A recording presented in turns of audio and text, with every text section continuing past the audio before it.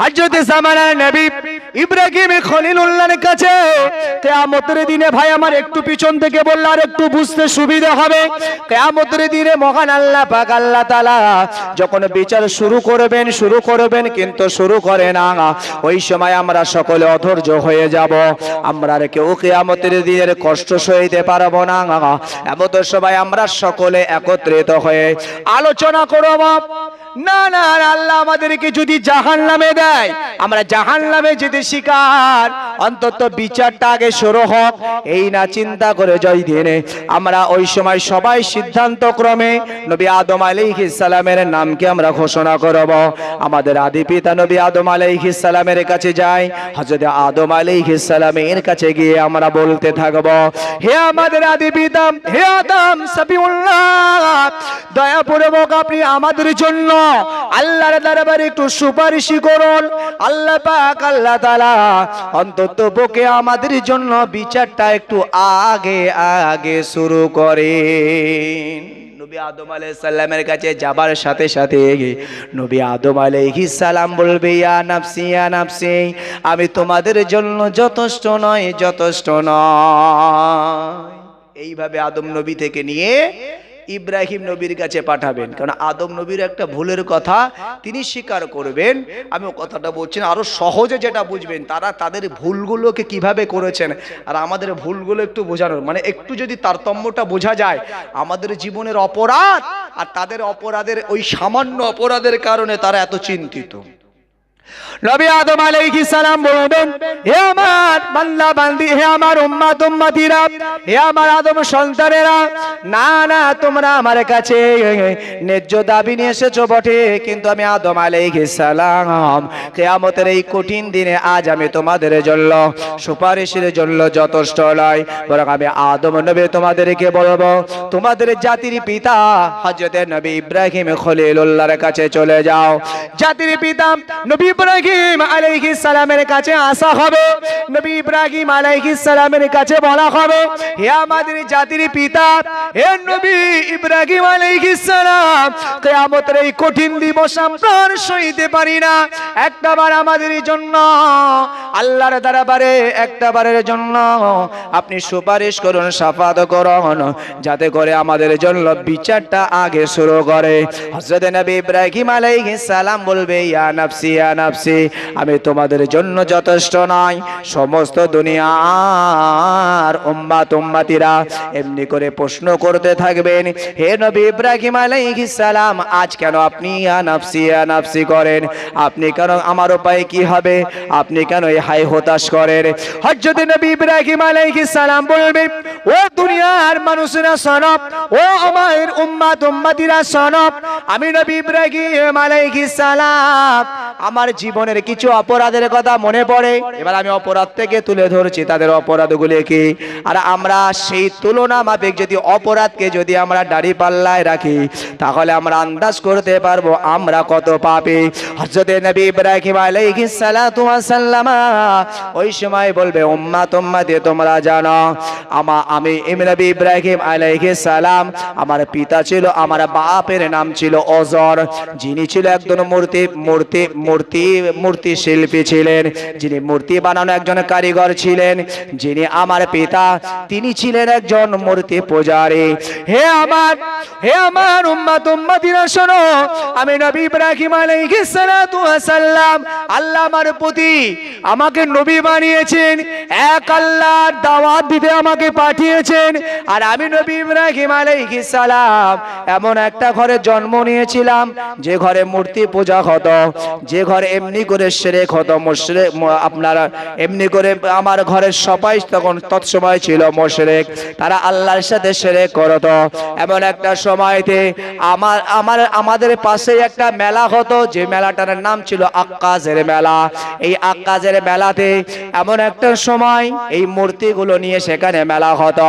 আমি নবী ইব্রাহিম আলাইহিস সালাম, আমার কাছে আমার প্রতিবেশী, আমার বন্ধু বান্ধব, আমার ভাই ব্রাদার তারা এলো, সকলে এসে আমাকে বলছেন, নবী ইব্রাহিম আর দেরি নয়, চলো না, আমাদের আক্কাজের মেলা শুরু হয়ে গেছে, সবাই মিলে আমরা একটু আক্কাজের মেলায় একটু আনন্দ খুশি উদযাপন করি।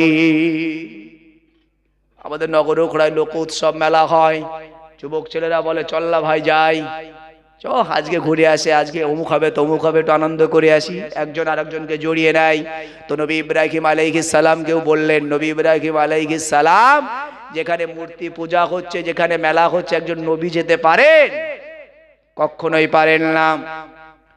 আর যদি নবী ইব্রাহিম আলাইহিস সালাম বললেন, ওই সময় আমি সরাসরি বললাম না, হে আমার ভাই ব্রাদার, হে আমার আপন জনের আত্মীয় স্বজনেরা, বন্ধু ব্রাদার শোনো না, আমি ওই মেলাতে শিরক হয়, মূর্তি পূজা হয়, আমি যাব না। বরং ওই সময় নবী ইব্রাহিম আলাইহিস সালাম বললেন, আমি এমন একটা ভাষাকে চয়ন করলাম, এমন একটা ভাষা আমি তাদের কাছে বললাম যে ভাষাটার জবাব হয় দুই রকম। আমি বলেছি একরকম, বুঝেছে তারা আর একরকম। আমি নবী ইব্রাহিম আলাইহিস সালাতু ওয়াস সালাম বলেছিলাম, ভাই হে আমার ভাই ব্রাদার শোনো না না না, আমি যে কাজের মেলাতে যাব আমি যেতে পারবো না, আমি বড় দুর্বল। শব্দটা চয়ন করেছেন যে আমি দুর্বল, আমি যেতে পারবো না। নবী ইব্রাহিম আলাইহিস সালাম বলেন, আমি একজন জাতির পিতা নবী হয়ে আমি একটা শিরক কাজের সাথে শিরকি কাজের মদত করব, এটা কখনোই হতে পারে না। আমি একটা মেলাতে যাব, এটা কখনো হতে পারে না। আমার অন্তরের ভিতরে ডর, আমার অন্তরের ভিতরে ভয় তৈরি হলো। আমি নিজেকে বড় দুর্বল মনে করলাম। আমি সে কথাকে মনে করে তাদের কাছে আমি দুর্বল বললাম। যখন আমি তাদের কাছে দুর্বলের কথা বললাম, তারা মনে মনে ভাবলো হয়তো নবী ইব্রাহিম আলাইহিস সালাম তার শরীরটা অসুস্থ। দুর্বল তিনি আল্লাহর ভয়ে বলেছেন, আর তারা ভেবেছে দুর্বল মানে শরীর খারাপ, তাই দুর্বল।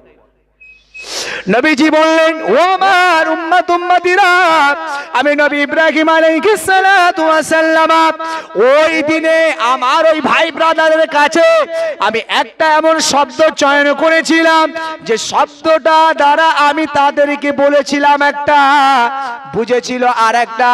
আমি বুঝতে পারার পরও তাদেরকে আমি পরিষ্কারভাবে সুস্পষ্টভাবে তাদেরকে আমি বলতে পারি নাই বা বলি নাই, ভাই না না, আসলে আমার দুর্বল, আমার শরীর দুর্বল নয়, আমি ওখানে যেতে পারবো না, আল্লাহর ভয়ে দুর্বল। তারা বুঝেছিল এক, আর আমি বুঝিয়েছিলাম আর এক। ভাই আমার দোস্ত আমার, নবী ইব্রাহিম আলাইহিস সালাম বলছে, এটা আমার একটা অপরাধ, এটা আমার একটা ভুল, এটা আমার একটা অন্যায়। যদি আমার আল্লাহ কিয়ামতের দিনে ময়দানে মাহশরে আমার আল্লাহ যদি আমার কাছে জিজ্ঞাসা করে, হে ইব্রাহিম তুমি একবার বলো, তারা বুঝেছিল এক, বুঝিয়েছিলে আর এক, এটা কেন তুমি করলা? সুস্পষ্ট তাদেরকে বোঝাও নাই।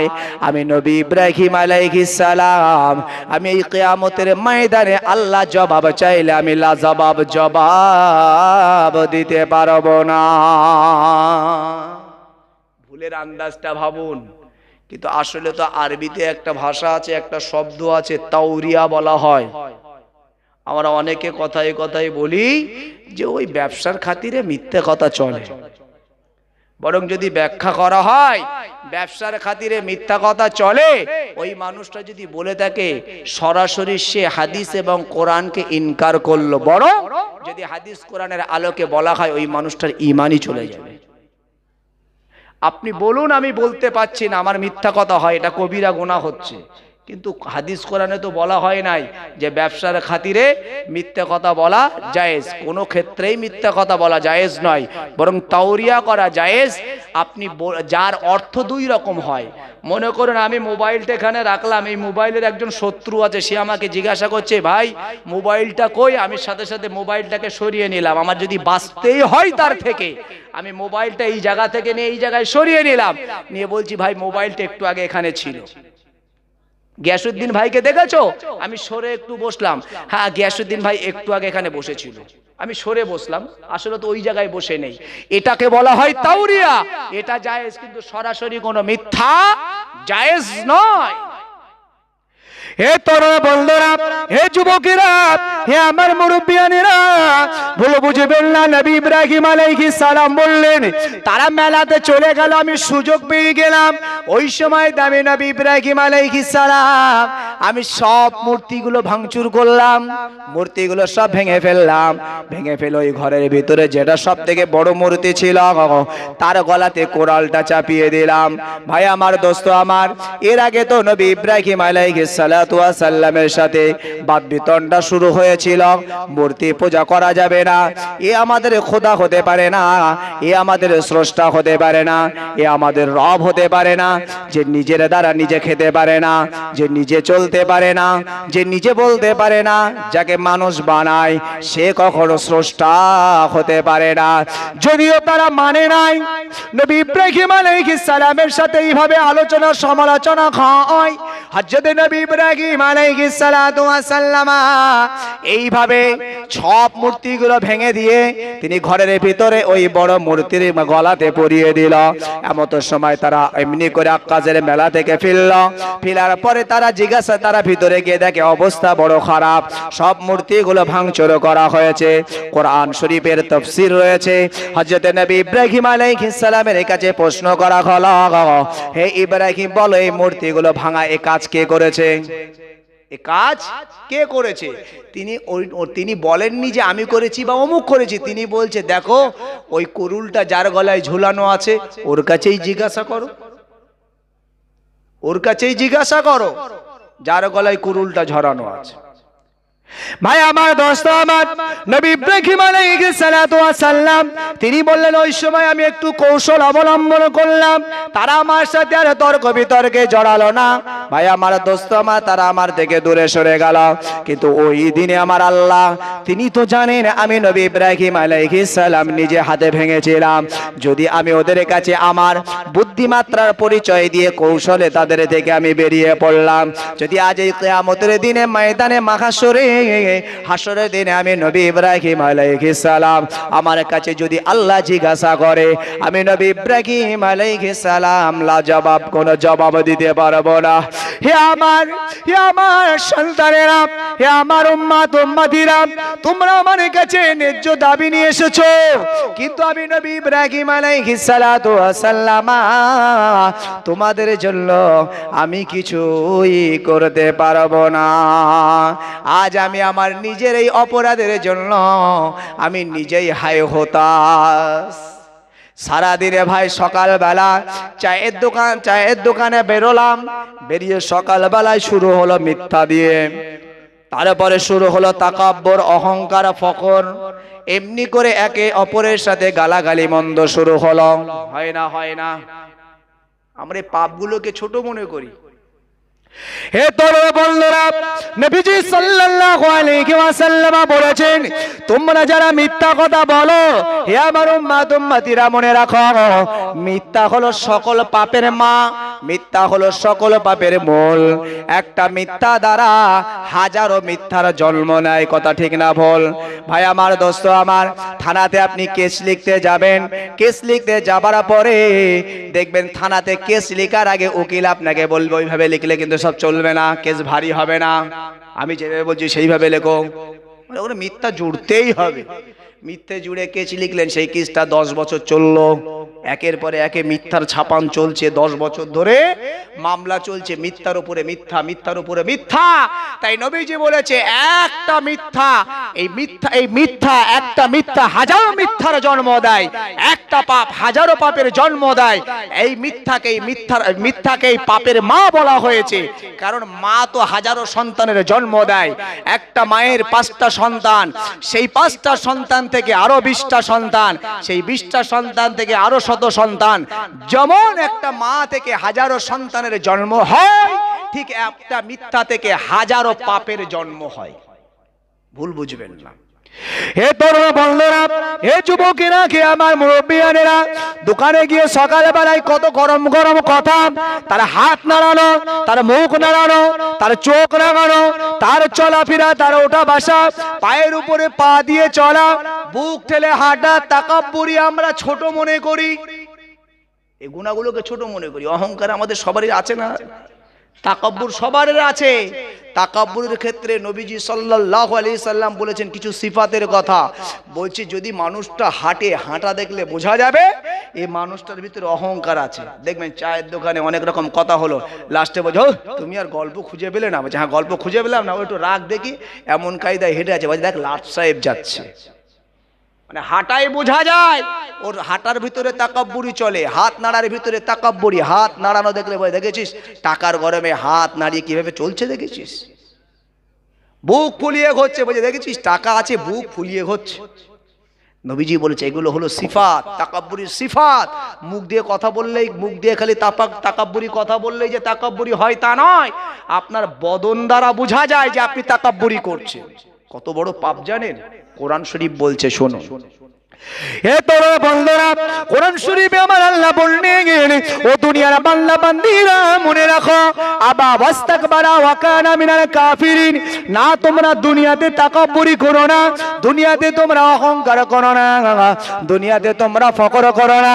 আমি রব্বুল আলামিন আল্লাহ জানিয়ে দিলাম যারা দুনিয়াতে তাকাব্বুরি করে, অহংকার করে, আমি আল্লাহ তাদেরকে কাফেরদের দলভুক্ত বানিয়ে দেই, যেমনটি আমি ইবলিস শয়তানকে বানিয়েছি। ভাই আমার দোস্ত আমার, যখন ইবলিস শয়তান আমার আল্লাহ যখন ইবলিসকে লক্ষ্য করে বলেছেন ইবলিস তুমি আর দেরি নয়, তুমি আদমকে সেজদা করো। আদম একটু ফাঁকা করে দেন, মহাশয় বাসটা একটু ফাঁকা করে দেন, একটু ফাঁকা করে দেন।